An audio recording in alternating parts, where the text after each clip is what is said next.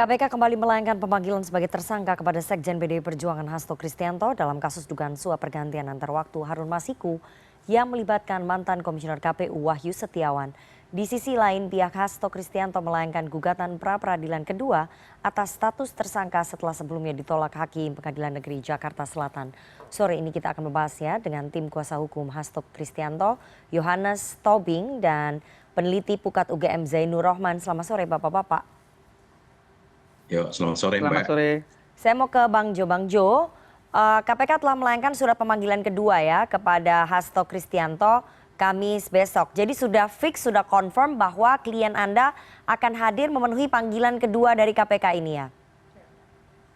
Sudah, jadi kami sudah terima suratnya hari Senin sore ya kami terima. Karena awalnya Mbak kami membuat surat penundaan yang seharusnya hari Senin kemarin itu jam 10.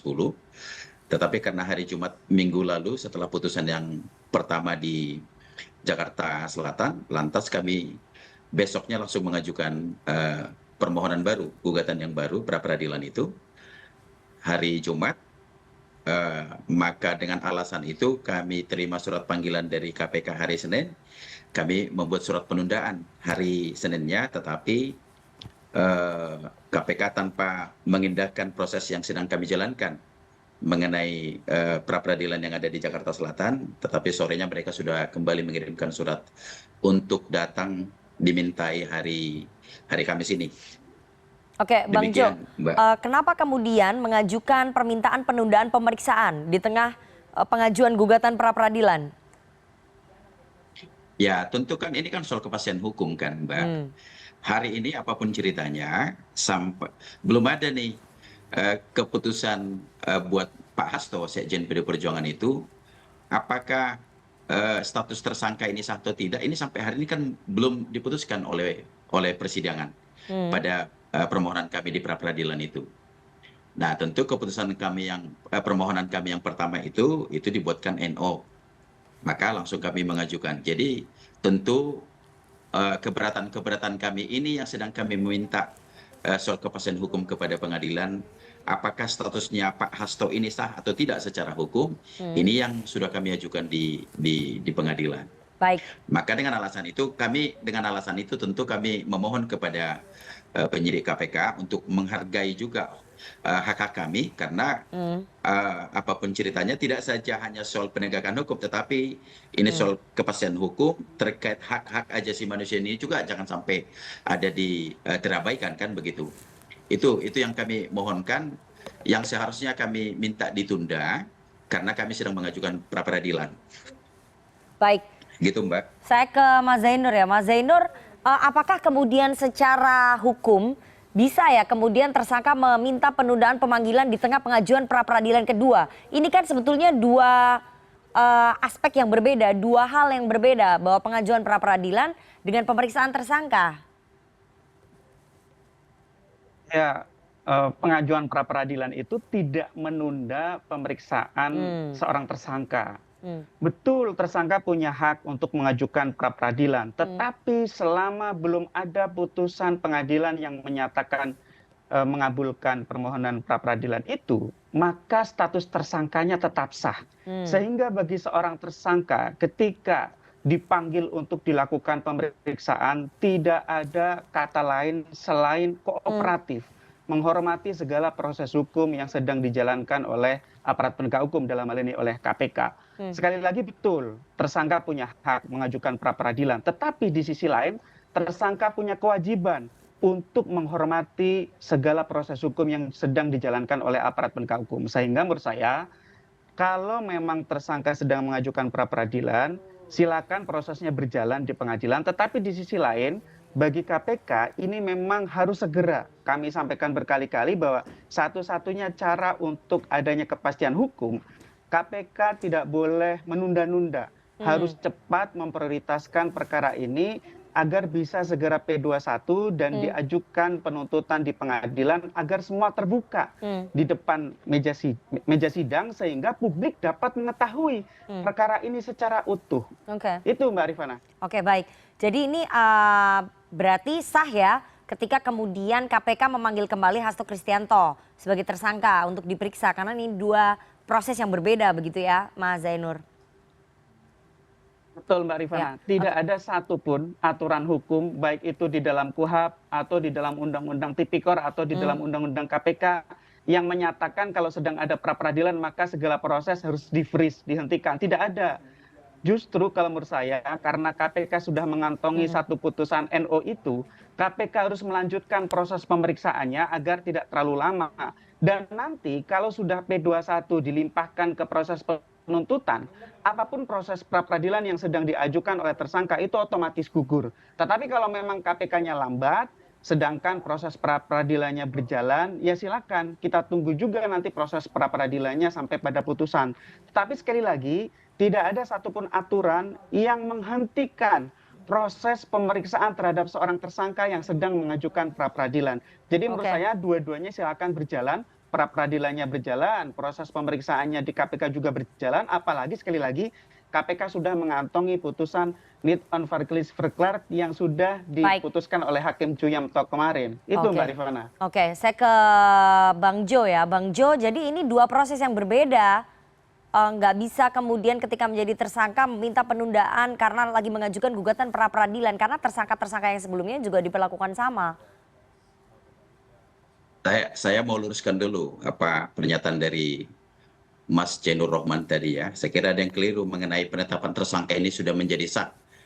Belum ada yang sah di sini penetapan dari penyidik KPK. Justru itu yang sedang kita uji hari ini di pengadilan. Apakah penetapan itu sudah sah secara hukum atau tidak? Nah, jadi memang betul soal ini tidak ada aturan hukum terkait apakah sedang kita pra-peradilan lantas materi pokok perkaranya P21 itu juga memang kewenangan penyidik. Nah, tentu kami hanya meminta bahwa sampai hari ini belum ada keputusan yang final pada pra-peradilan itu yang kami dapatkan. Maka itu yang sedang kami upayakan. Apapun ceritanya kan ini kan kepastian hukum harus ada dong, kepastian hukum kan.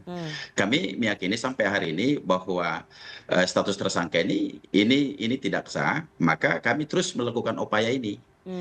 Jadi itu yang tentu kami mohonkan kepada penyidik KPK, tolong kami diberikan ruang dan waktu. Toh persoalannya ini kan waktunya juga sebentar kok, hanya cuma 7 hari. Nah, jadi tolong juga KPK menghargai, menghormati soal kita mengajukan proses hukum ini untuk penegakan hukum yang berkeadilan itu juga penting. Gitu, Mbak. Ya, ke Bang Jo lagi ya. Bang Jo, tim kuasa hukum kan melayangkan gugatan pra-peradilan kedua ya. Apa pertimbangannya kemudian mengajukan pra-peradilan kembali setelah kemarin tidak diterima atau NO? Nah, itu dia Mbak. Ini kan pra-peradilan. Ini juga kan boleh dibilang kan ini kan keputusan yang dangkal ini kan. Boleh dibilang ini peradilan sesat sebenarnya. Ini persidangan pra-peradilan yang penuh kesesatan ini gitu loh. Ini bukan memberikan pembelajaran yang baik. Pertanyaan saya kenapa mengajukan gugatan pra-peradilan kedua? Dengan dua permohonan yang berbeda. Majelis. Itu keputusan majelis memohonkan dengan alasan kami tidak diterima permohonan kami itu. Kenapa kamu mengajukan permohonan pra-peradilan itu terhadap dua sprindik itu? Kenapa kamu jadikan menjadi satu permohonan? Itu alasannya kenapa kami tidak diterima permohonannya. Maka oleh karena itu kami mengikuti untuk mengajukan dua permohonan pada sprindik itu. Jadi ada dua permohonan yang kami ajukan. Sekalipun itu tidak ada diatur dalam hukum acara pidana ataupun di dalam persidangan, di dalam pengadilan itu nggak pernah diatur. Justru keputusan hakim ini kenapa kami bilang sesat, ini sudah melanggar ajas peradilan ini. Ajas peradilan itu mudah, cepat, ringan, sederhana, itu ajasnya tuh. Nah, maka kalau mengikuti logikanya si Pak Hakim ini, nanti kalau dari penyidik KPK mengeluarkan sprindik ada 50 terhadap Pak Hasto ini, lantas apa iya kami harus mengajukan pra-peradilan 50 permohonan? Nah, ini kan jadi benar-benar udah keliru. Nah, jadi itu yang kami mohonkan untuk diminta kepada KPK untuk tolong kami diberikan waktu hanya untuk yang 1 pekan ini kan gitu. Saya ke Mas Zainur ya. Mas Zainur, mengajukan gugatan pra-peradilan kedua atas status tersangkanya, menurut Anda peluangnya akan seperti apa nih Mas Zainur? Ya, tapi sedikit saya ingin respon tadi ya. Status tersangka sampai sekarang sah, Bang. Jadi tidak ada status tersangka itu tidak sah. Status Di tersangka mana akan di menjadi mana tidak sahnya, sah kalau Mas? Di ada mana? putusan Sah pengadilan. bagaimana? Emang itu udah putusan pengadilan? Dari mana Abang Loh, mengatakan tidak makanya sah? justru kita Itu sedang akan menguji menjadi dong tidak itu. sah kalau ada putusan Loh, kalau pengadilan. ada Tapi putusan selama tidak ada pengadilan, putusan itu pengadilan, baru itu betul. tetap merupakan sah. Itu yang pertama. Yang Iya, jadi kedua, itu yang sedang kita soal uji kok di peluang persidangan. itu dikembalikan kepada majelis I- hakim tunggal nantinya. Nah, iya, Hmm. jadi jangan Apakah jangan hakim dibilang sudah sah melihat bahwa keputusannya. permohonan Status pra dasarnya jangan peradilannya dibilang udah itu sah gitu Sebentar, loh. Jadi satu-satu. tolong tolong Sebentar, tolong Bang Jo, memberikan beri kesempatan dulu ke hal-hal Mas yang baik Zainur. dong, pembelajaran yang baik. jadi ada perbedaan pendapat nih, Bang. Kalau saya berpendapat status tersangka itu sah sampai ada putusan pengadilan yang menyatakan tidak sah. Itu pendapat saya. Apa dasar hukumnya? Ya karena tidak ada yang membatalkan status tersangka itu. Itu yang pertama. Yang kedua, soal peluang, ya semua 50-50. Seorang tersangka ketika bisa membuktikan bahwa penetapan tersangkanya itu unprocedural, atau misalnya perolehan alat buktinya juga unlawful, atau juga ketercukupan alat buktinya tidak memenuhi syarat, itu bisa dikabulkan oleh hakim. Tetapi kalau tidak bisa membuktikan itu, ya menurut saya akan kemudian rendah kemungkinannya. Jadi saya lihat sih semua masih mungkin gitu ya. Tetapi di luar itu semua, sekarang statusnya adalah status tersangka, dan ketika status tersangka maka ada kewajiban untuk menghadiri panggilan pemeriksaan yang dilayangkan oleh penyidik. Wajib untuk menghormati segala proses hukum yang sedang dijalaninya. Kalau tidak kooperatif, saya menyarankan kepada penyidik agar penyidik melakukan penahanan. Mengapa? Karena kalau tersangka tidak kooperatif, tersangka ini bisa saja kemudian Oke. mengganggu jalannya penyidikan, atau secara hak subjektif penyidik, Oke. penyidik misalnya takut tersangka ini mempengaruhi saksi-saksi, menghilangkan barang bukti, mengulangi Ya. perbuatan, boleh melakukan penahanan. Jadi menurut saya biar semuanya lancar, silakan gunakan haknya untuk mengajukan pra peradilan. Di sisi yang lain, patuhi, hormati proses hukum yang sedang dijalankan Oke, oleh Mas KPK. Zainur. Itu saja. Oke, sederhana Mas Zainur, sebenarnya. peluangnya bagaimana nih di gugatan pra peradilan kedua ini menurut Anda?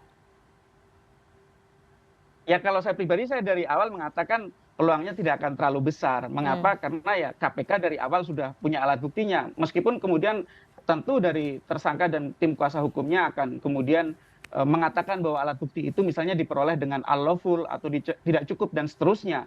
Tetapi kan kita tahu ini perkara juga dari awal 2020 gitu ya. Itu KPK sudah pegang banyak alat bukti, Ya. termasuk yang digunakan untuk tersangka Wahyu Setiawan, Agustina Tio, dan kawan-kawan itu. Nah, sehingga menurut saya tinggal masing-masing pihak antara KPK dengan tersangka lihatkan di hadapan hakim pra peradilan, kalau memang itu ada di forum pra peradilan, untuk membuktikan apa yang menjadi dalil masing-masing. Tentu saya bukan juru bicara KPK dan Ya. saya juga tidak membela tersangka. Tapi saya lihat sih kalau dari perkara ini sejak awal KPK punya alat buktinya, dan publik juga sebenarnya Baik. sudah mengetahui secara luas bagaimana perkara ini terjadi dari awal begitu ya, karena juga memang perkara ini dari awal dianggap oleh publik, tidak-tidaknya oleh saya gitu ya, adalah perkara yang belum tuntas. Nah, dengan penetapan tersangka Pak Hasto ini diharapkan akan menjadi semakin lebih Baik. terang benderang. Baik. Termasuk pertanyaan saya dari dulu, apa sih yang menjadi maksud tujuan untuk menggantikan Rizky Aprilia dengan Harun Masiku? Sampai sekarang saya bertanya-tanya. Nah, Belum kalau kita terjawab tidak ya. masuk ke perkara, Terjawabnya di persidangan kita mungkin. tidak akan pernah Oke, dapat baik. jawabannya, Mbak Rifana. Baik. Iya, selamanya publik tidak tahu gitu. Saya ke Bang Jo. Pada pra peradilan pertama sudah ditolak oleh hakim. Tadi menurut Mas Zainur ya peluangnya juga kecil di pra peradilan kedua ini. Jadi strateginya dari kuasa hukum apa nih supaya ini diterima, dikabulkan oleh hakim? Namanya juga kan menurut saudara Jainur ya, jadi boleh-boleh aja. Kalau menurut saya juga nggak begitu. Ini kan soal pendapatnya kan memang demikian. Jadi tentu soal kesempatan yang sama yang harus kita minta di awal itu tolong dihormati KPK. Memang tidak ada diatur soal ketentuan itu. Ketika memang dianggap sudah memang P21 memang harusnya sudah tahap 1 dan tahap 2, itu adalah kewenangan penyidik. Nah, jadi kalau ditanya soal kesempatan apakah kita optimis untuk memenangkan perkara ini, memang sepanjang waktu yang diberikan 1 minggu itu, 1 pekan itu, kami para penasihat hukum berkeyakinan sekali bahwa penetapan saudara Hasto ini menjadi tersangka ini adalah tidak sah. Kami yakin betul akan memenangkan perkara nanti di pra peradilan. Itu satu. Yang kedua, bahwa kami yakin betul bahwa berdasarkan putusan yang ingkrah terhadap saudara Wahyu Tio dan Saiful Basri itu, tidak ada rangkaian kaitan perkara terhadap saudara Hasto itu. Mereka sudah ingkrah dan tidak ada keterlibatan Baik, saudara Hasto di situ. baik. Jadi berdasarkan itu kita yakin betul bahwa memang Pak Hasto ini tidak terlibat gitu loh. Nah, jadi kami juga mendukung KPK untuk soal penegakan hukum ini, kepastian hukum. Jangan menjadi ini alat kekuasaan untuk membidik seseorang. Oke. Ya, itu yang kita sebut dengan kriminalisasi hukum itu. Ini tidak lain tidak bukan adalah ini memang politisasi hukum yang diberlakukan kepada saudara Hasto. Itu yang kita lawan sampai hari ini. Baik, Gitu, baik. Kita Mbak. tunggu nanti persidangannya kapan akan dimulai, Mas Jo? Bang Jo? Hari Kamis itu, kalau persidangan tanggal 3 ya, nanti Oke, 3 Maret ya. persidangan 3 Maret ya. Jadi selama tanggal 10 Maret kita sudah tahu ya hasilnya akan seperti apa. Pra-peradilan Betul. kedua yang diajukan oleh tim kuasa hukum Hasto Kristianto. Tapi hari Kamis besok kita lihat apakah kemudian KPK akan melakukan penahanan atau tidak terhadap klien Anda, Hasto Kristianto. Terima kasih kepada dua orang narasumber yang sudah Baik, sama-sama Mbak, sama-sama. Iya. berdiskusi pada sore hari ini. Sehat selalu Bapak-Bapak.